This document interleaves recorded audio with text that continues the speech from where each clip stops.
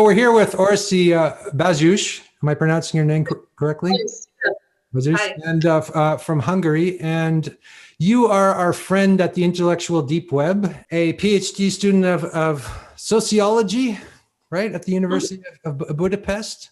And you've been a pretty, you've been an activist. You write a lot. You work on multiple platforms, blogging, and you've run afoul, let's say, of the woke movement, of the feminist movement. You've been attacked, you know, in really heinous ways, stalked, harassed, defamed, threatened, and even your cat, apparently, they were trying to tell people that your cat was evil.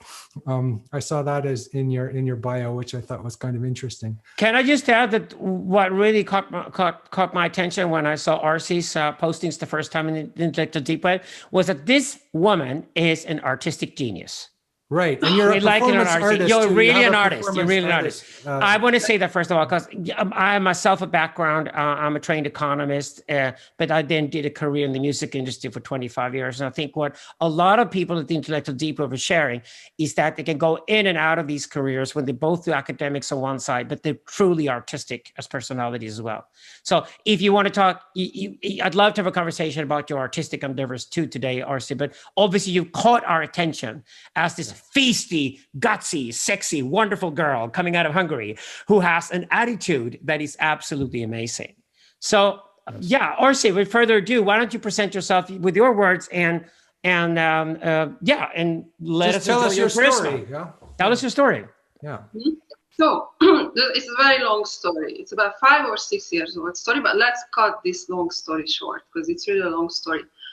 So I'm from a small town in Hungary. I'm not from Budapest, and I started reading these books, and I caught in all these ideas that, life could be like this and life could be like that. And what am I going to do? I moved to Budapest and I got, involved with all these people. It's usually like people who were involved with these new avant-garde art movements during the socialist era.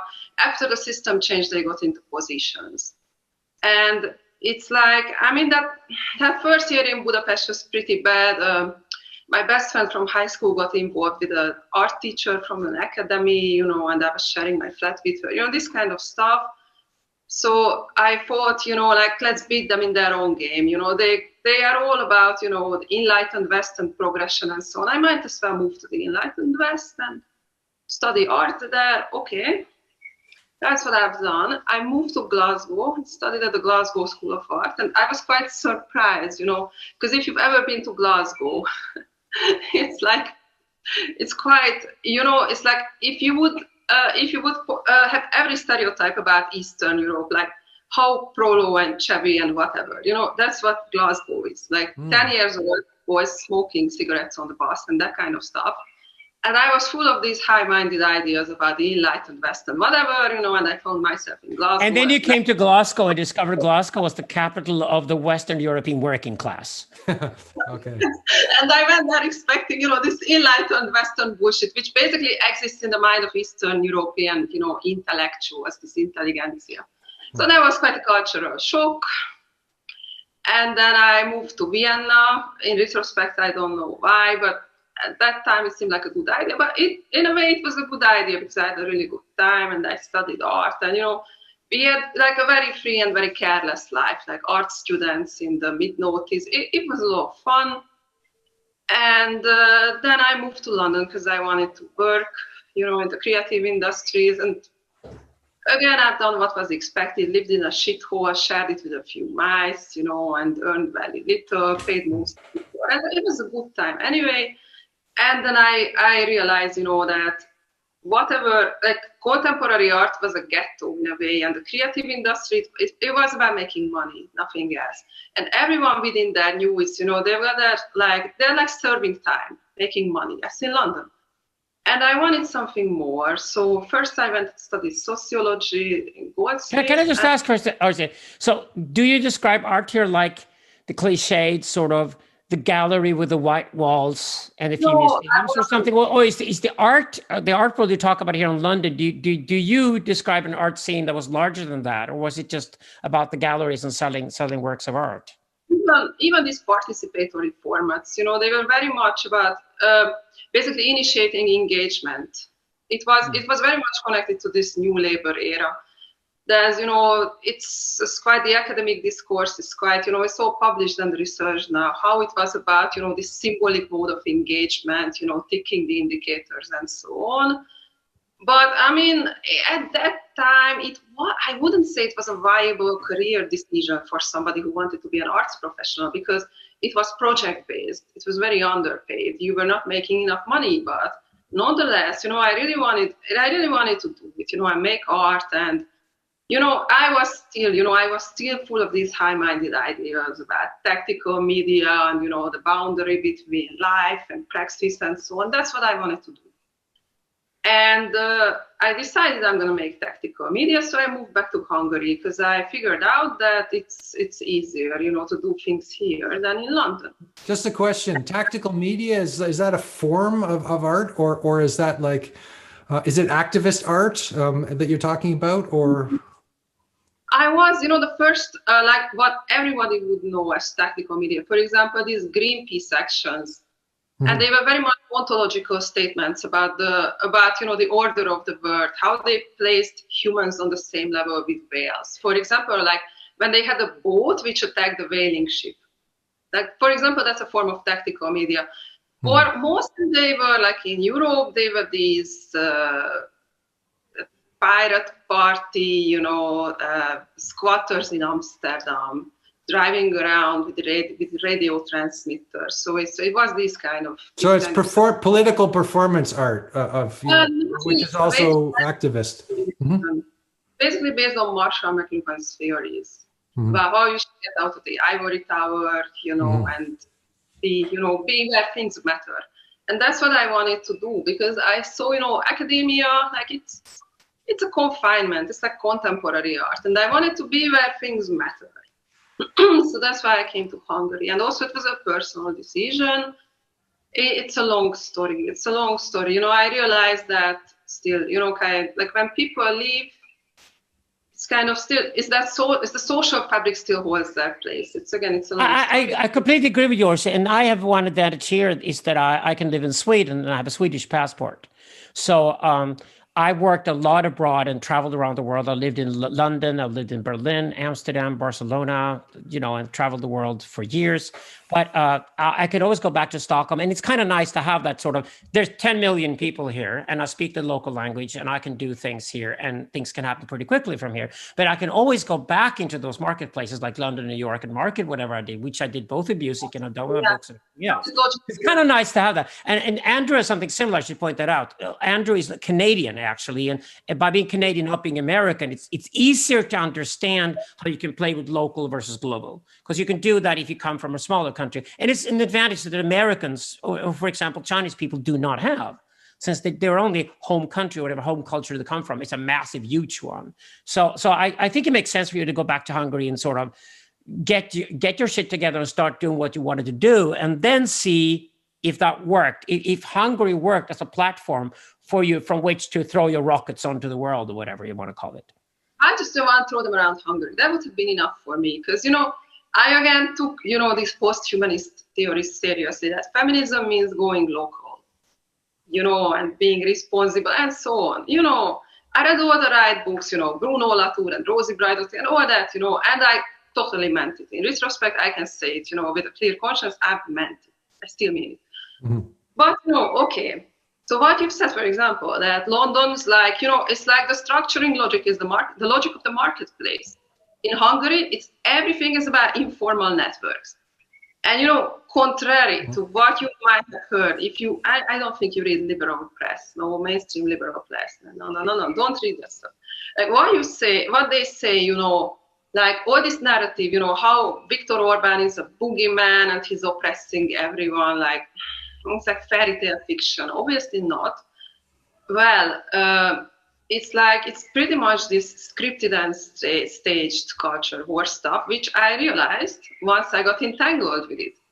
Because what I was saying, okay, like let's do this and this, I chose feminism because I think it's for me, it was very accessible. And it's something I thought feminism is about body ontology. You know, how like, and it was also for me as a woman, it was very liberating that whatever I was told, you know, about how it's supposed to be, you know, how I was supposed to be alienated from my own body and how I was supposed to be afraid of my own body. There's nothing scientific about it. And I really started to read, you know, like biology journals, you know, and medical journals, you know, and find out, and also the sociological stuff behind this, you know, this leaky body narrative. And the biopolitical angle, I really got into that. So for me and Andrew, being men and being a bit sturdy and old-fashioned, you know, whatever. But I always thought classical feminism was fantastic. My mother was a classical feminist. My sister was a classical feminist when I grew up. And it made sense. And they read Simone de Beauvoir, and, you know, they read everything up to Ulrika Jung in the 1970s and all that. So they took on to classical feminism, which only had made one demand. It was that women and men should from now on in history be treated equal and have equal opportunities, whatever. And that's all they did. And then from the 1990s forward, we get these sort of really weird things that happen both with the LGBT movement, that also only been a political rights movement up until then. It started adding a letter called Q, queer, which was not about political rights, which was some kind of cultural thing that was going on. And suddenly these movements, like if they had created their own bureaucracies and become institutionalized, and they achieved their goals in many ways, women and gays and lesbians were treated equal in most countries in Europe, suddenly they had to take on other agendas. And when you talk about this, because your personal journey was, it was important for you to go into this sort of biofeminism you talk about. Was that still a part of classical feminism and its explorations? Or did you see already when you did that other women around you were starting to look at feminism as a career path where the agenda would be totally something way more than equality here? They were looking out to do something way more than that. Conflict, basically. That was the main conflict. There's a big NGO industry in Budapest. For example, George Soros, he's from here. You know, it's like he's got a whole university here. And it has some decent departments because, you know, academia is that infested. And, the first bigger project we've done, it had this biopolitical perspective behind it. It was about comparing policies regulating abortion and reproductive services around different European countries, and staging a fictional tourism agency to serve these needs. Like, say, if you want to have like an abortion pill in Hungary, for example, you should go to Romania, but you can go to Austria, but it's much more expensive. You know, and we had these tourism packages, and again, it kind of made a joke about this enlightened West trope. For example, it had a big image about Croydon, because if you fly to the UK, you fly to Gatwick, you can get to the Croydon abortion clinic. That's the easiest route, and things like that. So it's, you know, it was about showing the reality of biopolitics. So you would have Ryan abortion instead of Ryanair here. Oh, sorry? You would have Ryan abortion instead of Ryanair. Yeah. But EasyJet. In this case, it was EasyJet. EasyJet. Okay. Yes. Even better. Yeah. You don't need to change the name of EasyJet to do that. You know, it's already. It's already says everything. Yeah. Well, you know, okay. So back to this story. You know, it was like first these official NGO feminists were like, I know how to frame this. You know, well, you know, everything is about the network. You know, they have this umbrella model of organization. But obviously, they saw that there are these people, mostly from this artistic background, they want to be very active. What to do with them? And we had a Facebook group. I was the admin because I started it, and we were organizing everything there, and they each wanted to be in that Facebook group. That's where the conflict started. And they figured it out. You know, these people do, they're like politicians, they figure out the networks. And me as a node in the network, you know, how I was, you know, like directing things, you know, and how I was responsible for ideological things. And that's when they started, you know, when these kind of people start they start to fight this kind of hierarchy fights. And I couldn't understand it. I was just ignoring it. You know, these people were talking down to me like a dog. And I was ignoring it. And I was telling them about, you know, you should read like Catherine McKinnon, and you should read like Margaret Childry, copy-paste. They were ignoring it. They still try to show me my place. You know, they try to assert their dominance over me. These people, you know, this kind of very in a way, they are very, this kind of petit bourgeois. Yeah, we used to call them Jacobins before. In the left, it should be called Trotskyites, but now we call them woke people. And also, so these people are pulled in by anything that looks like a power structure of some kind, and then they want to get their way through it, and then obsessed with power. Yeah. Power structure. That's they imagine the power structure, and I was on a completely different level. I couldn't understand it. That what they were doing, these were these elaborate. They were not that elaborate. They were rather really primitive. Like power games and hierarchy games. And I was in a parallel reality going on about, like actor network theory, You see where the story is going. Okay, it culminated in a horrible mobbing. I was mobbed. Like there's a hunting method where they have a big eagle owl, a captive eagle owl. They put out the captive eagle owl, and all the little birds attack it. And the hunters sit, somewhere, covered, and they shoot the little birds. It was like that because the story of my mobbing, I wrote a blog about it, and it went viral. And it started to be featured in one of the biggest news portals in Hungary.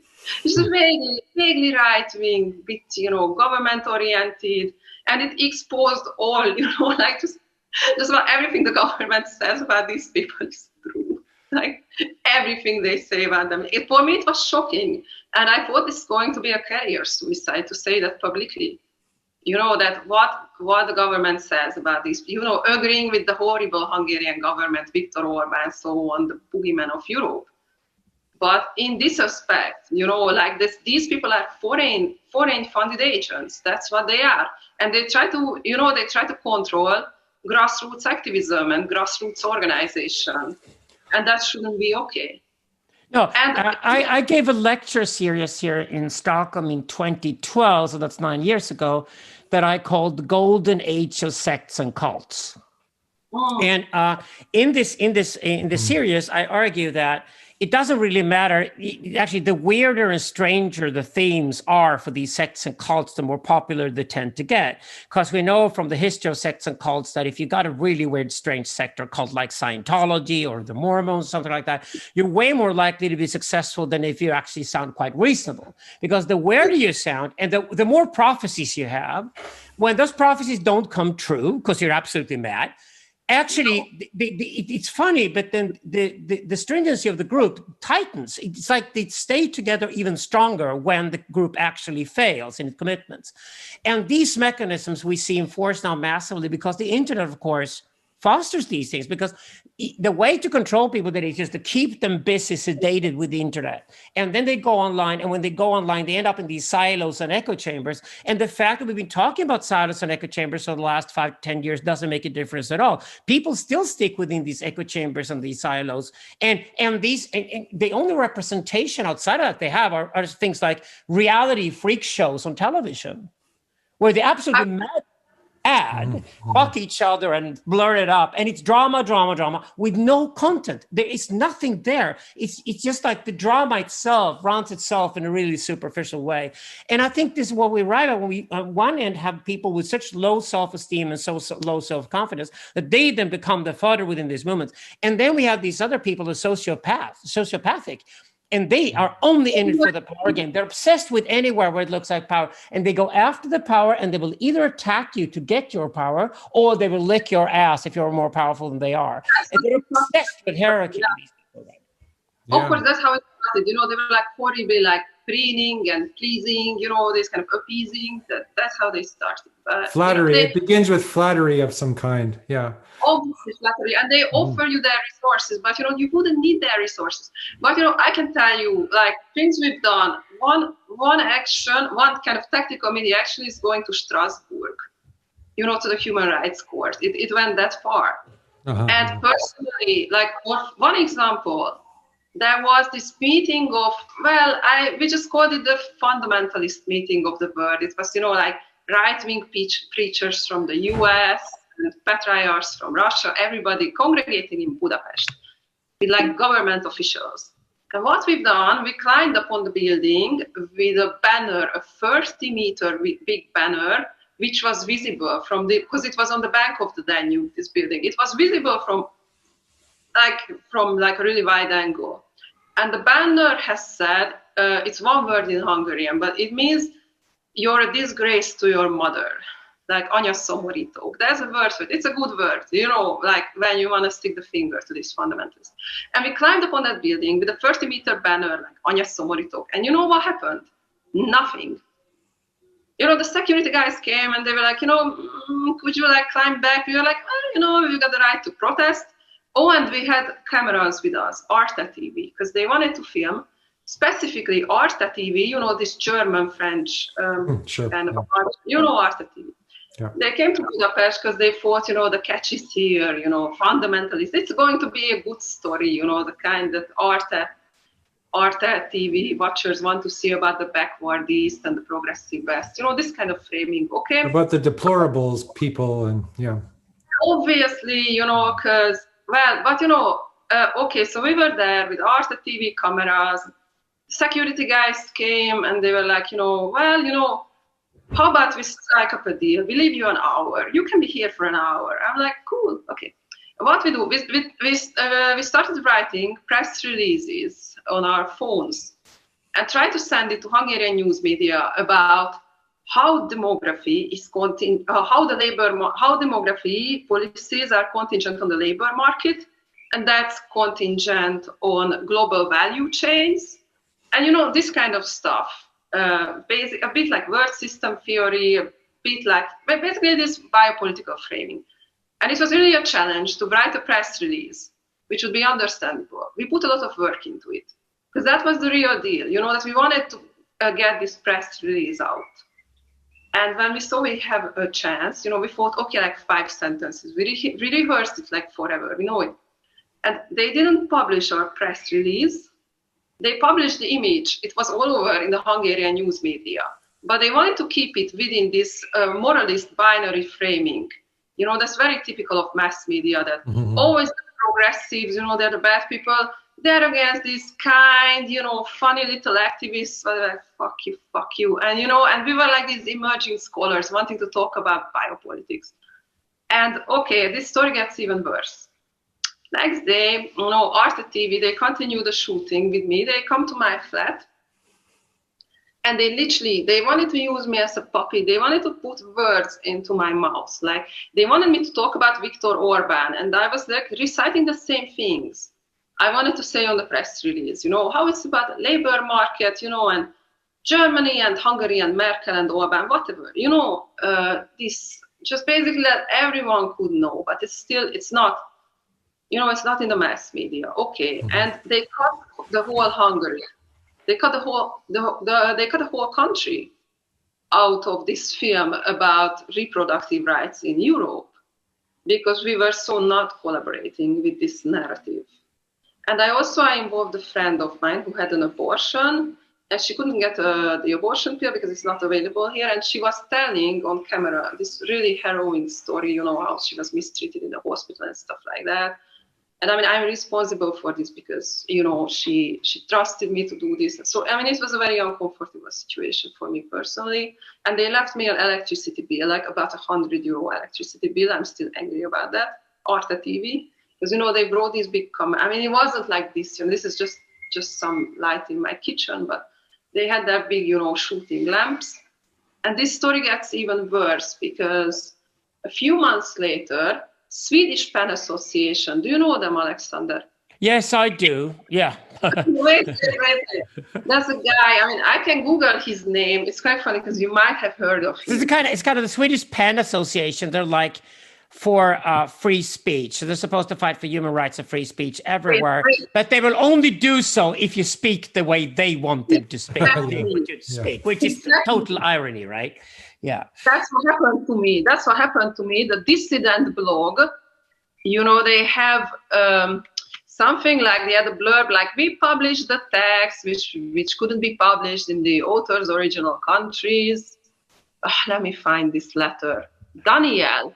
Yeah, he's called Daniel Gustafsson.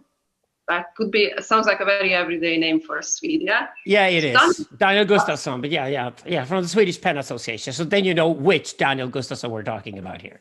Yeah, okay. Like, tell us your story, yeah. This John Smith, Daniel Gustafsson of Swedish PEN Association writes me a letter like, hi, got your contact from somebody, yada, yada. We are doing like a special edition on Hungary's press freedom.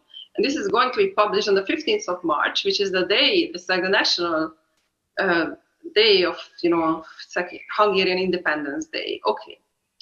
I wrote them a story, about the real deal of censorship in Hungary, how it's not censorship and self-censorship. And I featured that story about Arte TV. And you know what happened? It didn't get published. So they censored me again. So they claim to run a dissident blog out of Sweden where they censor dissidents who write what they actually think. This story gets even better than that article I wrote. I translated to Hungarian. I sent it to, this popular blog publishing stuff about contemporary art, and they just published it. And no one bet an eyelid, like, okay, whatever. The Hungarians didn't care. It's like, it's totally absurd, and it's so scripted. Like once there were all these protests about the CEU, the Soros, the Central European University shutting down.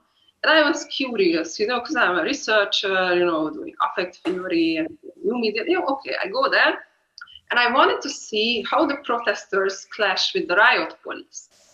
And, it's like, as we say in Hungary, like the Eastern eggs, the riot police, they were so soft-handed. They were recording that front line between the riot police and the protesters because they didn't want anybody to be able to claim victim status, and run to Western media and whatever, of course. And they knew it, everyone knows it, everyone knows it. And these people, they are like the leftist, so-called leftist. I don't even know what's leftist about these people. No, they're not leftist at all. The way I say is that I speak of a left when I talk about class struggle, when I talk about, for example, the difference between wealth and poverty, and the difference in meritocracy, meaning that we don't have equal opportunities to succeed in life. I think that's a leftist cause, and it starts with Karl Marx and nobody else. Now, if you haven't read Karl Marx at all, and if you refuse to talk about class, and if you refuse to talk about wealth and poverty, you go into nothing but symbols and symbols and symbols, which woke people do today. You're no longer a left. Come on. Are you kidding us? And I think, at least in Western Europe and North America, it'd be interesting to hear what your take is on Central and Eastern Europe. But in Western Europe and North America, what happened was in the 1970s, it was sexy to be leftist, and the left was still considered working class. And then suddenly the middle classes moved into academia, and through academia, the middle classes wanted to claim the credo of leftism. And what happened was they threw Marx out instantly. They started reading Mao's Little Red Book, which is really a Rousseauian book, not Marxist at all, and throwing it around. And then more than anything, they started reading Herbert Marcuse. They started reading especially Laclau and Mouffe, mid-1980s, the Hegemony book, etc. All these books are middle-class books, middle-class literature. And it comes out of a middle-class left that's been created in academia in the 1970s and onwards. And this middle-class left in America and Western Europe, at least, it hates the working class. Yeah. It thinks of itself as superior, and it hates the working class because the working class refuses to start the revolution according to their fantasy what a revolution should be. Of course, yeah. It's like all of them had like Che Guevara posters on the wall and jerked after them when they were teenagers and wanted to have sex with Che Guevara because he was sexy, right? And next to the Jimi Hendrix poster and whatever. And then when they came out of that in the 1980s, they had become an academic elite. And they'd taken over academia, as the middle classes always do. They dominated academia. They dominated what was called the social sciences, which stopped being science, instead became social propaganda. And it became social propaganda for a system where all of these people only had one career opportunity. And that was to make a career within the state bureaucracies or within the NGOs. Mm-hmm. That's what happened in Scandinavia. That's what happened in France. That's what happened in America. And what you're describing here is something happening very similar. It's happening in Hungary at the same time now as well. Yeah, but my question would be what is fueling this intense resentment, right? Because it seems to be that the Nietzschean kind of ressentiment or whatever is that's what's behind this kind of movement. It's an unhappy pathological, and it's not. Andrew. Creative, and it's become entirely bureaucratic, and it's become entirely scripted. And where's the radicalism in it? Where's the creativity? Wait, Andrew, wait. You got to start with heroism first. But if you don't start with heroism, then you go for victimhood culture automatically. Right. It's victimhood culture instead of heroism. Yeah, wait. So, for example, if you got a government here and we tax the rich and we don't give the money back to the poor, we take the more and invest it in infrastructure, which governments at least used to do to a certain extent, then you enable poor people to get proper educations and have careers and establish themselves in life and achieve their goals. But what's happening here is that when the government gets so big that it no longer sees that role, then it starts inventing victimhoods.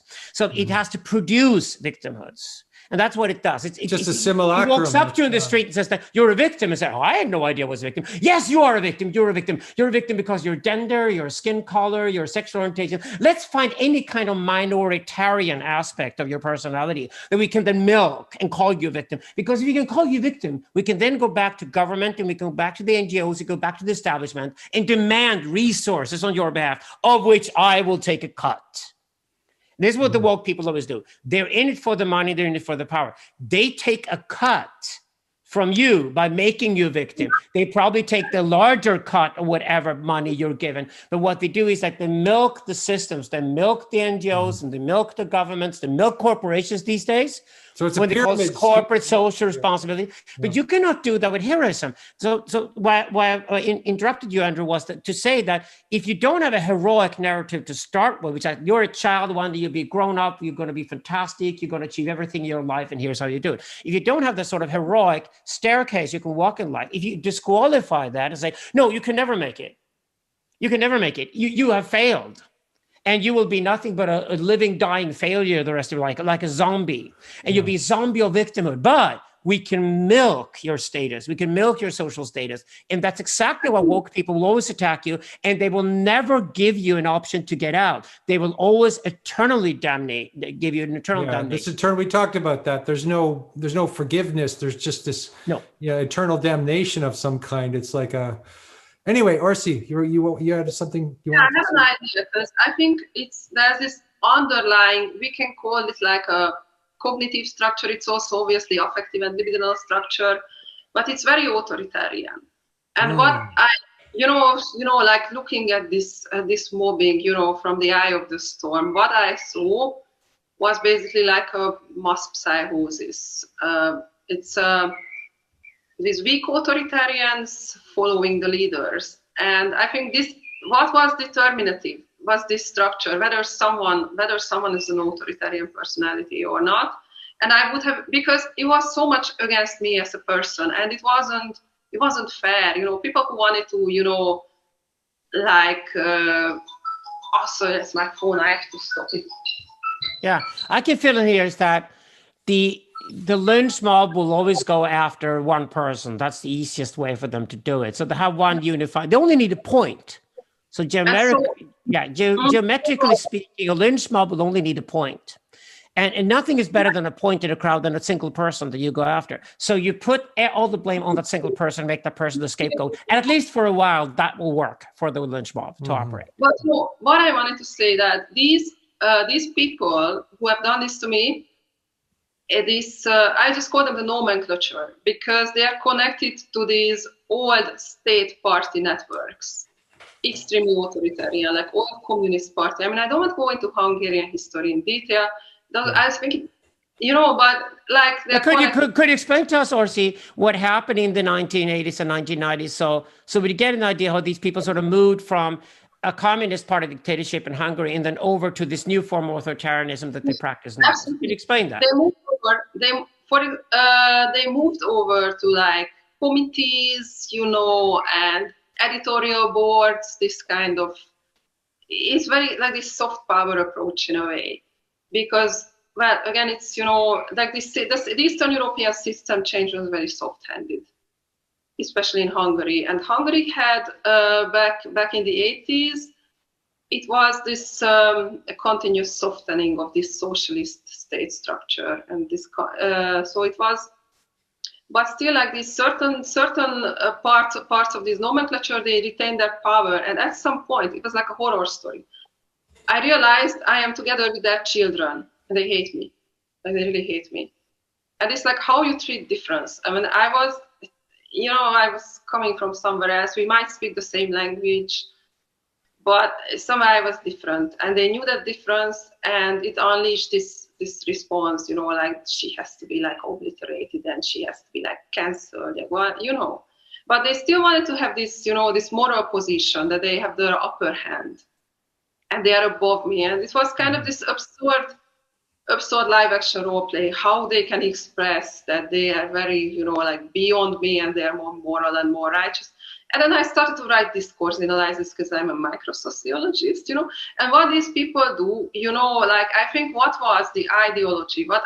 In a sense, it is ideology because it is structuring both political mobilization and everyday life. It's functioning as ideology. So they had this. What they understood, this extremely authoritarian milieu, where, you know, like counter-selected based on informal networks, and how they adapted critical theory as the harbingers of Western progress was very much, you know, like reliant on this this macro-sociology, this deterministic macro-sociology level, and they adapted it to this very liberal framework about identities based on, you know, like psychoanalysis, and they were psychologizing and moralizing with macro-sociology. And I think that's where it went wrong. For example, if you read post-colonial theory like Frantz Fanon, he described the subject of oppression. And these people, they just wanted, because they were never really producing sociology in a way to, you know, to say that it was sociology for politics and parties, you know. That was the point of, you know, producing sociology. You know, it was because the irony here is that they officially defend the position, which in reality is there's only one thing that matters. And here's the mob, and you must adhere to the mob and become part of the mob and decide to be part of the mob so we can trust you. And it's precisely the person who, without even knowing it, behaves in a way that's unacceptable to the lynch mob. When Andrew and I worked on this, we called it anojectivity. So like, it's not a subject there, like you talked about, that Fanon talked about as well. It's an anoject that they're obsessed with. The anoject is like a subject with no substance whatsoever. But it's like within the lynch mob, you have this, it's like you have a shared conviction, but the shared conviction is strictly in the symbolic. It's strictly about words, language use, behaviors. It cannot be anything deeper than that, because a mob cannot move fast enough if it has anything deeper than that. So what they do is they go completely for the symbolic. They're obsessed with etiquette. They're obsessed with tonality. They're obsessed with who speaks rather than what is being said. So they will look at the room and say, we don't care about what's being said in here, which is like the beginning of idiocy and the death of science. It's like to kill the argument. And say, who speaks is the only thing that's important to us. Yeah. And therefore, by being obsessed with etiquette and tonality, they're actually fostering a culture where you immediately have to show that you know where the lynch mob is at, and you have to show you're scared of it. You have to show that you're completely loyal to the lynch mob and will never move outside of it. And anybody who goes outside of that, they will attack. Absolutely, you have to know your place. You know, it's like extremely hierarchical. Like I was reading about rhesus monkeys. They are the biggest mobbers of the animal world. You know, the rhesus monkey. They've got this very strict hierarchical order, and you know, they're like little monkeys, play around. But say they wake up one morning, one monkey picks up a little piece of food from the bowl before the monkey above her in the hierarchy ladder. Then they're like, woo, like all the monkeys that played together. You know, these people are like that. And they do that because they are so dependent on their informal networks, and they are nothing without the network. I think that's what fueled it, especially in Budapest, you know, this extremely informal nature of academia and how it grew out of this. It's still, you know, it's dependent on this old state party nomenclature network. Yeah. And the other block, you know, this Orbán Viktor and there, it's like neoliberal academia, and even like a bad version of neoliberal academia. So it's, you know, I call it the alien versus predator fight. The aliens, you know, they're like the Soros, you know, and the colonizers, you know, and like the local Hungarian people who serve whichever historical bloc they have to. first, the Soviets, and now, the Americans, whatever, the NGO network. It's the same people. For example, the man who became the first president of the Soros network, he was a party secretary. I mean, it's ridiculous, it's ridiculous. And the way I would say, I would say there's one level, this public sphere, I would say it's a domain, where these people fight tooth and nail for their little hierarchies and trash heaps. It's like where people get selected, for these positions. And it's like, it's consuming all their lives. And, they pretend that they go out and they enjoy the party district and whatever. But it's about, determining these informal networks. And there's the public sphere, which is, again, it's very much, it's very top down. Like the lobbyists have all these political tools, like say gender. I think gender is a political tool, nothing else. Or say one example would be like, say, talking about cisgenderism. You can't even translate it to Hungarian. It's ridiculous because Hungarian is a gender-free language. And this statement that if we speak a gender-free language, then the patriarchy, again, if that would objectively exist, if that would disappear, and that's not reality. Again, like focusing so much on language, it was like, I think it's coming from Judith Butler, that, you can use different words and you can't use different words. And if you use the bad words, you commit violence. They put so much emphasis on words. And again, it's in Hungary, it's a gender-free language. So, Orissi, do you still consider yourself to be a feminist? Obviously, yes. Because there's different kinds of feminists, and there's Camille Paglia, who is always talking about strong, independent women, and this is a powerful kind of feminism. And then there seems to be this sort of simulacrum of feminism, which is soft totalitarianism or soft authoritarianism, or as you've been describing. Victimhood card. I would say it like an authoritarian victimhood card, and absolutely top down, fueled from above. I mean, because people, there were these social milieus, and certain people had these inclinations, or I would say, in Hungary it had a specific historical background, with socialism, but the discourses and these actual political tools and the discursive strategies, they are top down, absolutely top down. For example, there was this guy who really started to harass me, and he was hanging on Tumblr and whatever, and he came up with the idea that he's a trans lesbian.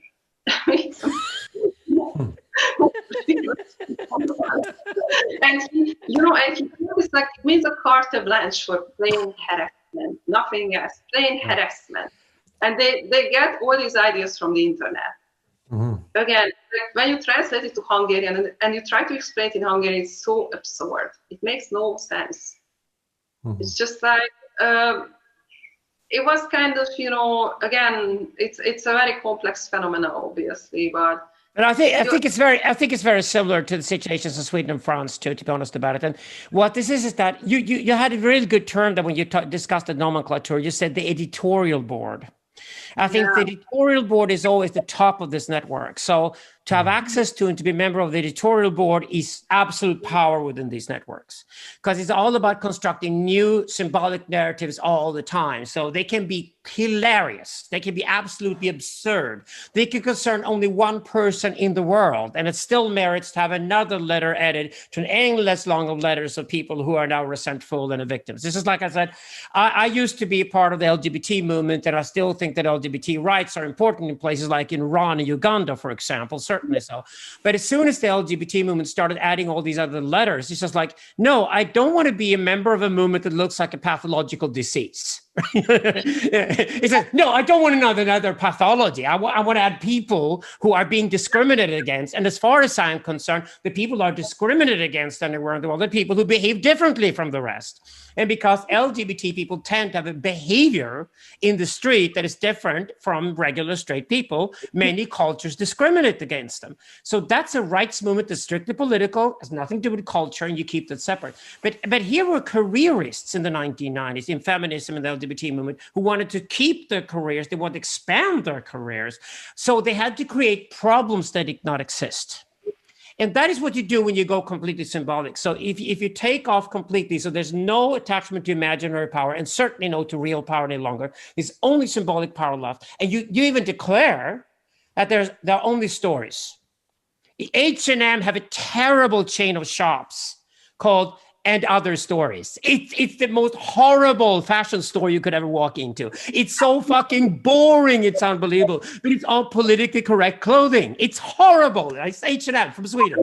So the problem is that these cultures are them, because symbolic narrative, of course, to sit around the table and be an editorial board and make up grievances and create the grievance industry when grievances don't even exist, and make them so you can take a cut on those grievances and create a power game out of those grievances. And then you can put yourself on top of the social hierarchy because you then control the symbolic narrative. That is completely neutral to left and right.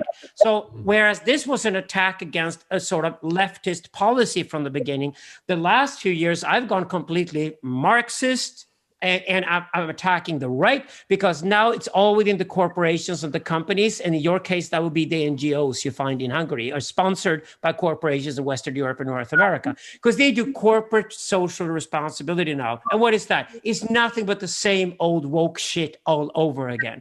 They try to find these victims that they put little crowns on, and then they have stories made about these victims. And you must buy our clothes, even if they're ugly, because you're guilty. And because you're guilty, you must buy H&M. That's the story now. It's just I call that the human shield strategy, because it's really about instrumentalizing people. And I think that what happened with, back like at the beginning of my story, I was talking about contemporary art.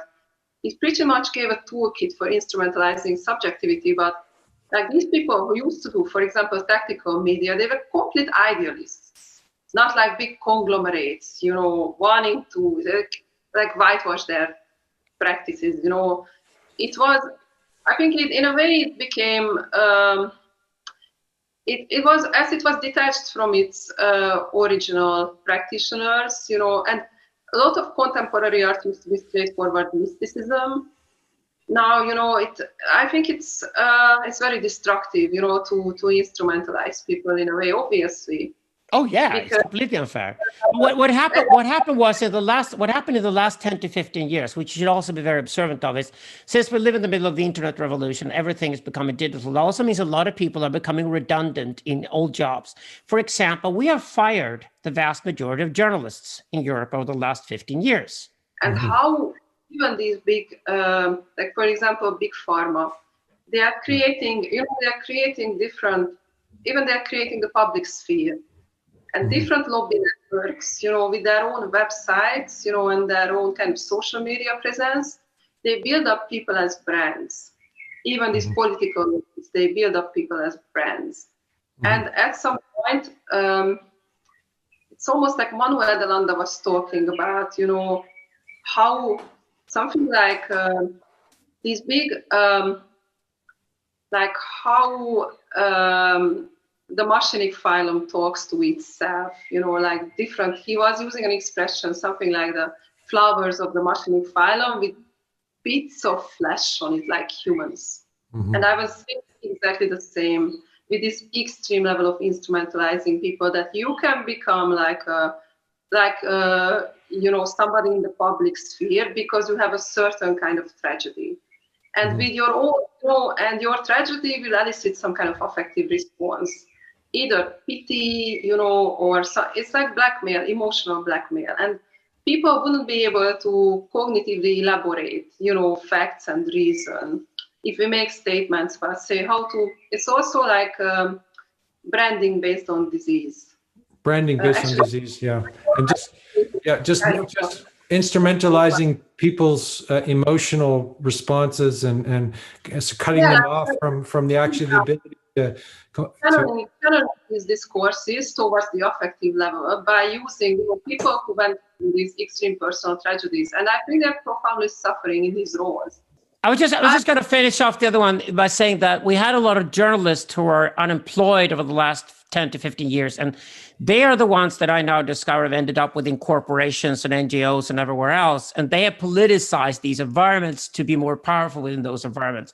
I even now see communications directors of corporations who think they're also the innovators of those companies. And that's where the companies will go down. I mean, that's a disaster. So they are so high on themselves right now, this is problematic.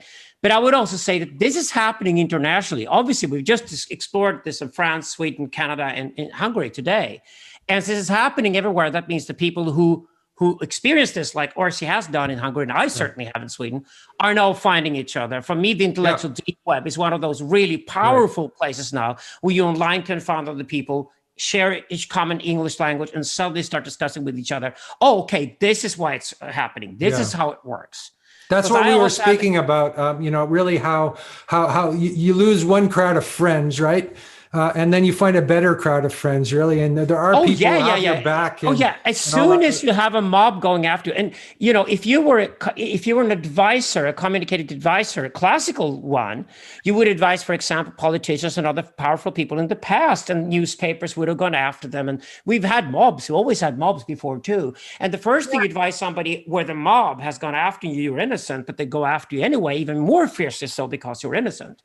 That's exactly the first advice you get, is to go to your address book and clean out all the people who just attacked you, but then go back the next week when it gets even tougher and clean out those who kept their mouths shut, because you're going to hate them even more than the people who attacked you. And that leaves a vacuum in your address book, as I call it. But the vacuum in your address book, that's all your new friends you're going to make now. And you're going to make them internationally, and they're all going to be like you. Yeah. So would you say that experience has made you tougher and more, has really, it sounds like it was, you went through hell, right? But also, it also sounds like you emerged much stronger from that experience. I mean, like exactly what Alexander has said, at least people show their true colors, at least you know that.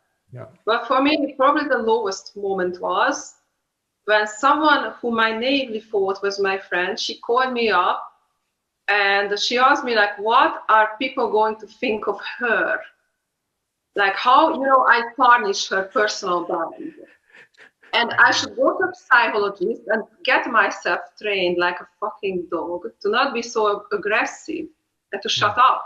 And, that's when I realized that, one thing is that people use you, to advance, and get things, the other thing is when they demand you to conform to their expectations. And how these people had, how she had no shame about it. That was shocking. It's like somebody tells you that, oh, you have cancer. What will people think of me hanging out with a cancer person?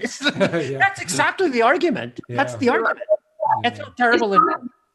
But like that, how at least you're supposed to be ashamed that you instrumentalize your friends to that level. At least you're supposed to hide it, not really like demand them to be better props in your life, trying to make it in downtown Budapest as a decent little petit bourgeois academic fucking someone. You know what I mean? And this is precisely, I think, the core, or for me, I thought a lot about that really, but I think, because obviously you make some mistake. I'm not like a total determinist. I think you've got agency over your life. But I think I've made one really big mistake, and that was like providing free labor, working for free, and basically, like letting these people take what they want. Because I thought, okay, I want to make technical media, the author is dead, and horizontal, all that stuff. And when you're a hacker in Amsterdam, surely that works wonderfully. But when you're in a viper's nest with all these lobbies, employees and whatever, like these petty wannabe politicians, that's like, you offer yourself up. And that was kind of, that was the beginning. I sacrificed myself, and mobbing in a way, it is a human sacrifice. That's what it is. And they thought, that they can get more and more. And I drew the boundary. Mm-hmm. And I realized, I have to fight these people. I have to really hurt them. That's when they will stop. So I started hurting them. Yeah, at the end game, Orissi, the end game is that you obviously have a lot of artistic talent, but it also means that the people who have artistic talent on a par with you, but who are the cowards in this game, will then never dare to be the artist they could be. So I've accepted that. I don't know if I'm the most talented philosopher or the most talented musician ever. I certainly have a lot of talent. I knew that when I was a kid. But what really strengthens me in my conviction about the work that I do is that I know I also have another quality which happens to be very rare, and that's daring. Courage, right? Yeah. And it's precisely through the interactions with these mobs and the petit bourgeois people who are worried what their neighbors are going to think about them. Well, I know one thing for certain, and that is that nobody ever made any sort of dramatic artistic emergence of any kind in the history of art, being concerned what their neighbors would think of them. No, the first thing that has to go is actually the cowardice. It has to go because you cannot even be artistically, you cannot express an artistic talent, no matter how big it is. You cannot express an artistic talent unless you have courage first. So in a way, I'm at least grateful that I got this shit test. I got through it, survived it. I'm angry with myself with the naivety I had at the beginning of the process. That naivety is now gone. And I've gone deeply into the human psyche like you have. You started sociology. I did philosophy, the same thing. We started social psychology. We started how people actually operate, what makes them tick the way they do.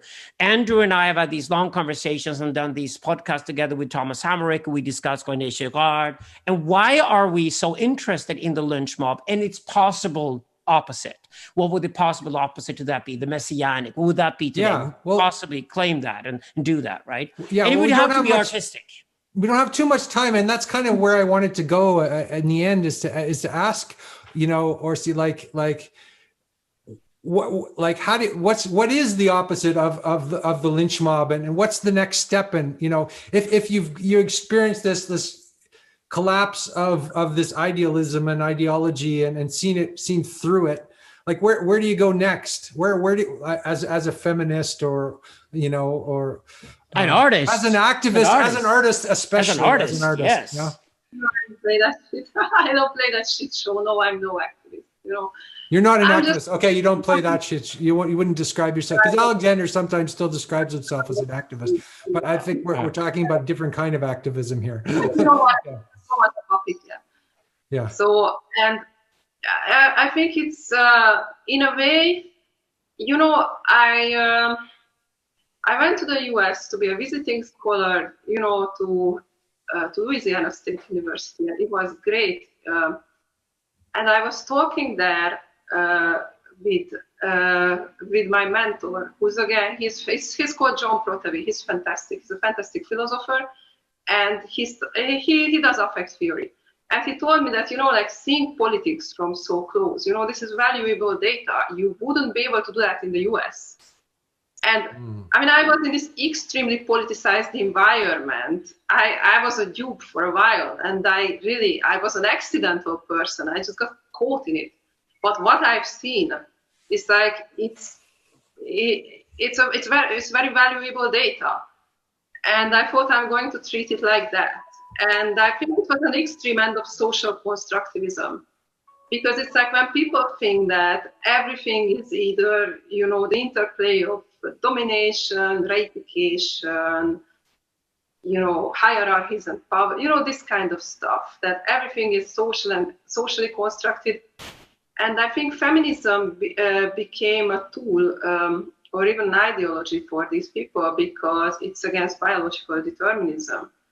And what I wanted to do, is precisely find out how to overcome, how to be a good feminist, how to overcome both biological determinism and social constructivism.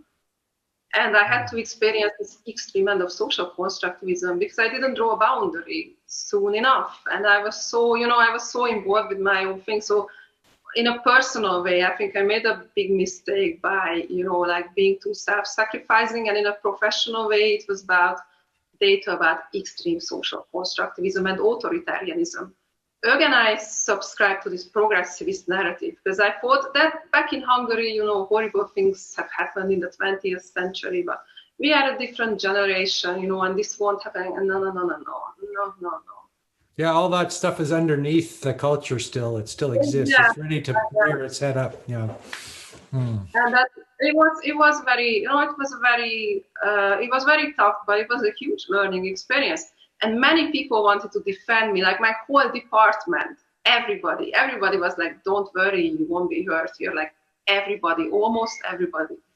And these two people who really, because for me, that was the most painful thing. Like people whom I considered to be friends and they turned against me. And, like what people, pensioners who sit in these housing estates around Budapest and they type on their keyboards, like, but whatever, I don't care. I don't care. For them, it's like a spectator game. It's like, and it's the same crowd who would have gone to a public execution or a gladiator fight. It's that kind of crowd, I look down on them. I don't care about them. But thinking about how I let people close to me who used me in this very cruel way, like how could it have happened? And it's precisely, I think, this obsession with social, cultural capital and social capital, and thinking, that they objectively exist in this world, and this abuse of critical theory, which culminated in this social constructivism. So, I mean, I wouldn't psychologize about it because it was very. It happened in a group, I guess when you meet that dynamic, when you meet real sociopathy, it's a fucking painful, but really you get smart afterwards. Like you have to become smart, and you really learn what almost like malevolence can be. And that's, I don't know. That's... Yeah, I mean, I wouldn't have, most people I meet in my life, because I've got a new research now. Can you see that? Whoa, yeah. Yeah, sure. That's a first bit of my collection. And this is like precious gems and semi-precious gems. I started, because I got so fed up with social constructivism, I started to write the history of Hungarian opal, precious opal and obsidian, and how it changed the life of people in the region. And, you can't really, like, stones are a mystery and you can't really get close to them, but still people acknowledge that this is not socially constructed and they try to express somehow how. So it's this interplay between, these mysterious energies and affects and how, how the value of these stones is in a way still socially constructed. So that's my research now. And I mean, I'm really lucky because I got a grant from the Hungarian government, to do this and hang around, stone collecting quarries and wait for people and interview people. And when I meet with these people, I know that probably they have never seen anything like me. They've never tapped into this pure level of evil, and they will never see that, and they can't imagine that. And, it's kind of a burden, that what I've seen was like really pure evil. And then I pure meet evil, with these, yeah. Yeah, and I meet with these kind stone collectors, and like people like my family, they were very worried about me, and yeah, my old friends. But well, I survived and came out of it stronger. Yeah, I mean, it happened, Yeah, your story is not uncommon at all, Orsolya. This is the story we hear everywhere. Sweden is the same. We had democratic socialism here instead of you had communism in Hungary. It didn't make a difference. It created the same nomenclature. It created the same people to hang on to their institutions of power where they can get a job. And we've also created, in Scandinavia, created an economy where people take loans to consume everything until they're like 70 years old. And finally, they have money in their bank account when they're 70 or 75 years old. And again, people who have loans to the bank or loans to the government will keep their mouths shut and they'll be very terrified of the lynch mob. And that's exactly how we create these societies we have now where people are just really, really afraid of being outside of the mainstream and they get stuck inside of it. And it's just another form of authoritarianism. It's just that authoritarianism comes from the group itself. It's unobjective rather subjective. It's not a leader there.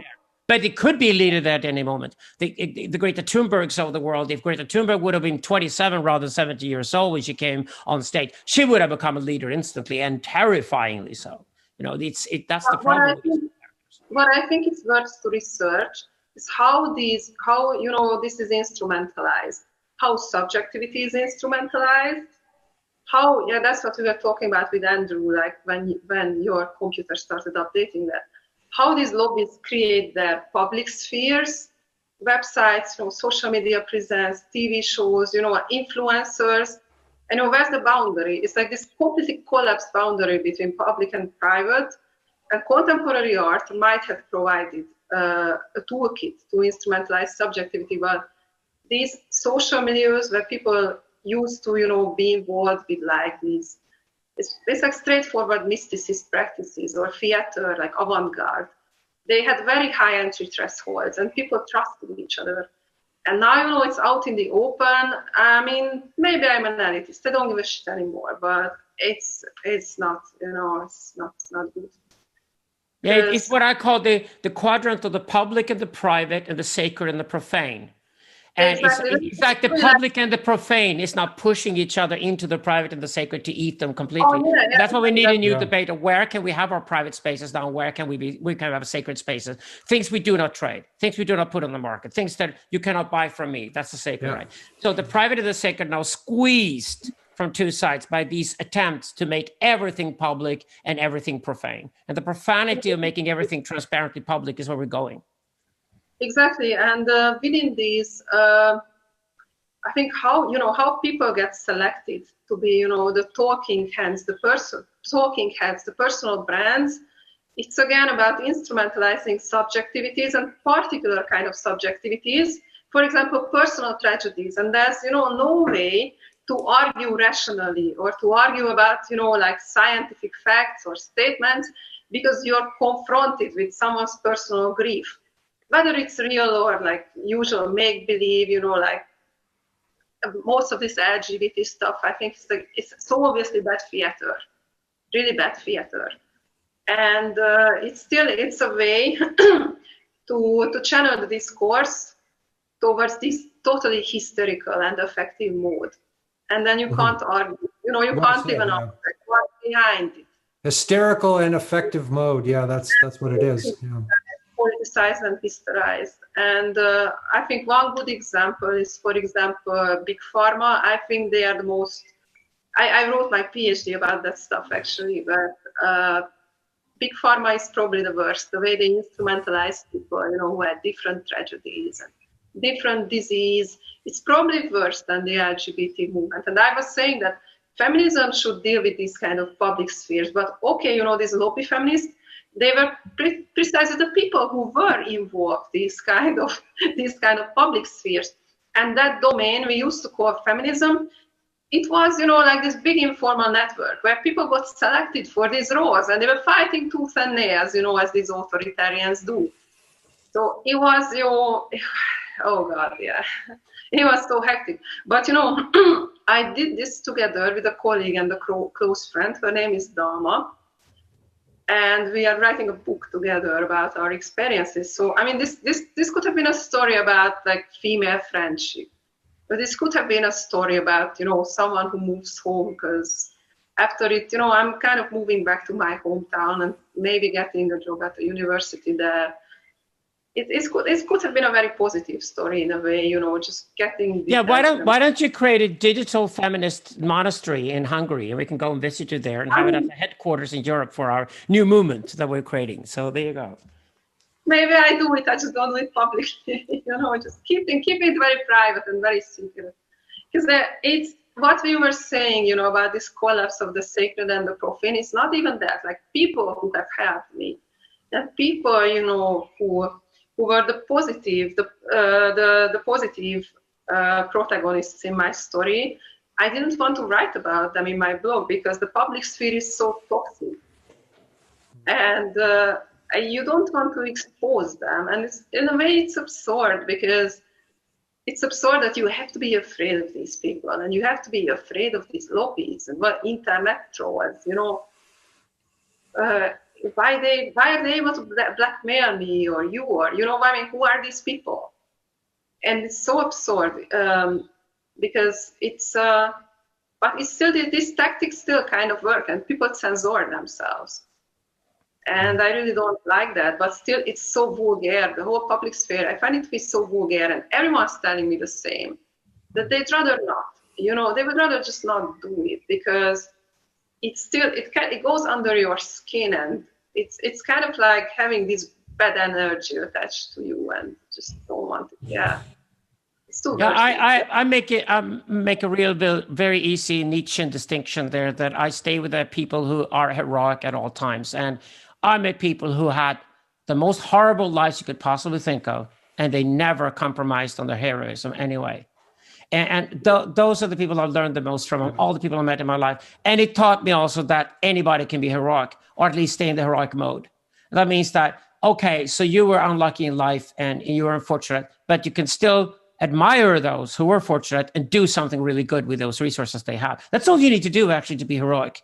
And you do not allow yourself to turn yourself into a victim who then goes after everybody else with resentment, which is a very, very simple rule to apply to just about everything you do. It's like, it makes all the difference in the world for me when I look at people out there and what they're doing. And it's also a very good position to start from, to critique in a constructive way, to stay with it at all times. That's what I told my mobbers at first, whenever you see me, you cast down your eyes, and as you quietly, try to backstab me, you leave through the back door in a quiet way. You quiver before me, you show me respect. Otherwise, I don't care about you. I'm a Deleuzian. I'm like, you have to be worthy of what happened. I am. How you are going to be worthy of what happened? I'm just going to sit here and watch you. Try, be worthy of being an authoritarian little, like this Hausmeister type, like Central Europeans hate that. They really hate that, grow up to what happened. I think that's what you were saying, like these people will never be heroic. Now, of all the countries I've visited in Europe over the last 20 years, the one that was most immunized, inoculated against Stalinism was Albania, for very understandable reasons. But when Slavoj started talking about Stalinism a lot 20 to 30 years ago, I didn't understand why he's talking about Stalinism. Aren't we over that period in history? But the point here was that, no, you will not be, because it will return with a vengeance exactly when you think it's over and done with. And what I see today, ironically, is that when you look at Russia and America, it's like the Russians are becoming Americans and the Americans are now becoming Soviet. It's so weird. The Soviet ideas are now so popular in the US and within American corporations. It's hysterical. It's so weird. But that's exactly what happened.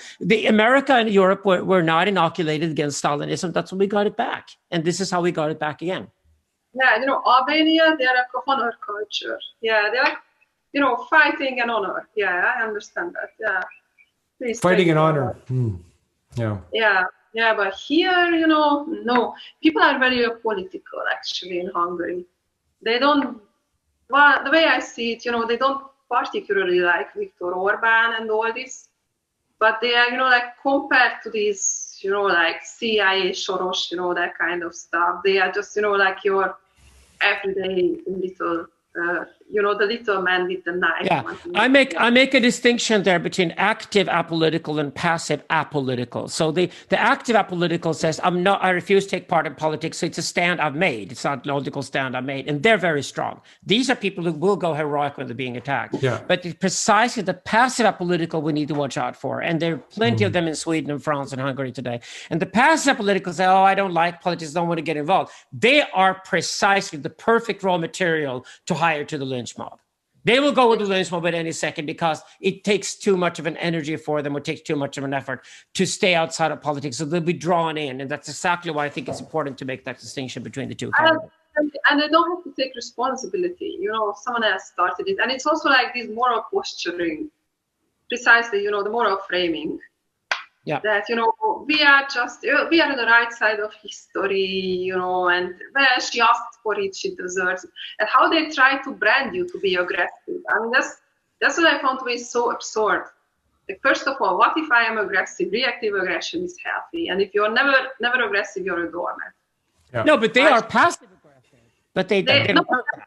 They accuse you of being aggressive. What they mean with aggressive is openly aggressive, which is nice because then who's the aggressor. But the passive aggression is the real poison. That's woke culture is full of passive aggression. It's completely. They're violent. They're violent, but they cover it. They wrap it up. And they use the right words. And it's like this ritualized power plays. And how they tried. It was like a straw puppet. I called it that other trick. Constructing the straw puppet out of you. and how they try to, it's like scapegoating. And they, they try to project everything that they hate on you. And at some point, I felt a bit, like, the stroke of a day constructed from me. I kind of like that. You know what? I like it. Because one of these idiots, she was like, how I abused her. And you know what abuse means with these idiots? Like being offended. And then the other idiot goes like, she punched her. Like, I wish I punched her. I wish. At some point, I wish, So they had this like almost physical violence, ready to just punch something, but then they're like hurting them with words or something like that. Like when they claim they are abused, it means this word abuse is like fascist. It doesn't mean anything nowadays. They call everybody fascist. Everyone is a fascist, it doesn't mean anything. Now, abuse, like they use it for things like saying a joke or whatever, it doesn't mean anything. Yeah. Yeah, they've inflated the word sexist and fascist and racist beyond recognition. So the three words are now completely meaningless. And there's no sense of humor too, which is important. And there's no humanity. There's just like, it's a lack of humor, and it's a lack of humanity, and it's a lack of tolerance, and all dressed up in this kind of benevolent attitude.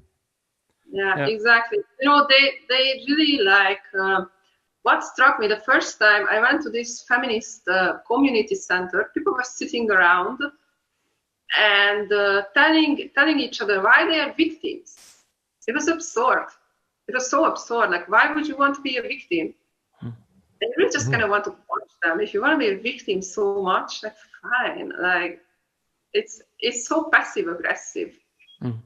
Why, these are the most, I've never seen people crave power so much, and yet they claim to be victims. That's because the victim role is the only role where you can milk others for the resources without making an effort yourself. Exactly. And, passive power. You can have a baby. You can have a baby sucking a tit the first year of its life, but after that, you've got to make your own commitment to your own achievements in life, and eventually, you want to contribute to a community if you're a healthy human being. But the only way for a grown-up person to get themselves a role where they can milk other people for resources without having to make an effort themselves is by turning themselves into victim. Because as soon as they turn themselves into victim and they have to recognize within their in-group, that in-group can go after anybody who has resources and kill them and take the resources from them. Exactly.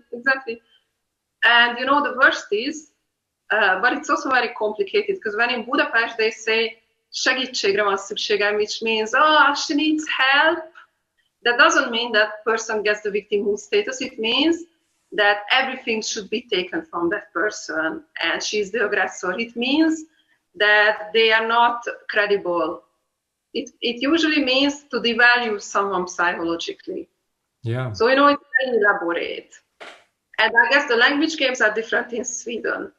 And people who are they know very much, like what these codes mean. So help and care means basically kicking somebody when they're down and pushing them into the ground even more than they were already in the language of help, in the language of care. Yeah, that's the code. That's like, blood, attack, like smell of blood. It means the smell of blood. Yeah, exactly. Yeah. But it's completely absurd, because like these people who instrumentalize their tragedies, no one says, they should be psychologically unstable, like a guy who cuts off his dick. Why you can't say that he's psychologically unstable? But you can say that a woman is psychologically unstable who doesn't think that biological males should be the most oppressed woman. It doesn't make sense conceptually. It makes no sense. And I think there's no way to pretend you engage in a dialogue. It's just power plays, and language games. Just be out of it, Just say you don't play this game and you want to be out of it. That's what I do. Because it's like whenever, back when I used to talk with the lobbyists and so on, they're pushing me to the front because they saw that, okay, I have this skill, I can talk about critical theories, and engage with these arguments. But still, no one was really interested in critical theory. No. I mean, this kind of crowd who was watching all this stuff, they just wanted, the gladiator fight aspects. They wanted the blood. And people who were within the lobby network, they just wanted the power and the positions. But whenever I started, like explaining, like really engaging in dialogue, they attacked my person in such vicious manners. And it was really vicious, like they tried to get under my skin and provoke me. That's when they had this idea, this disgusting idea to send me to a psychologist and train me that whatever happens, I retain my calm. And that's when I said, like, fuck off and die. Crawl back to your mothers, you dirty little blood-sucking nobodies, That was a good way of framing this, wasn't it? Right? This conversation. That was Orissi, I've had a ball. I think this is fantastic. And most welcome to the Intellectual Deep Web. And if you find any other people in Central or Eastern Europe that would like us to join the conversation and join the network, bring them on in. You're a core now. You're a core member of this. Absolutely. I love your anger and integrity here, and I think it's fantastic. It's you don't have to been a great conversation, and I've been told by Okay, so don't be a pillar saint and don't be a doormat. Okay, these are my last words. Okay. That was a good one. Don't be pillar saint, don't be doormat. Yes. I agree. Pillar saint or rather a doormat. Yeah, exactly. Sometimes it's justified. Yeah. I'll quote you on that one. I'm writing my pillar saints at the moment for the new box. I'm definitely quote you that one. We add the doormat to that, and that's perfect. Yes, absolutely. Yeah, here you go.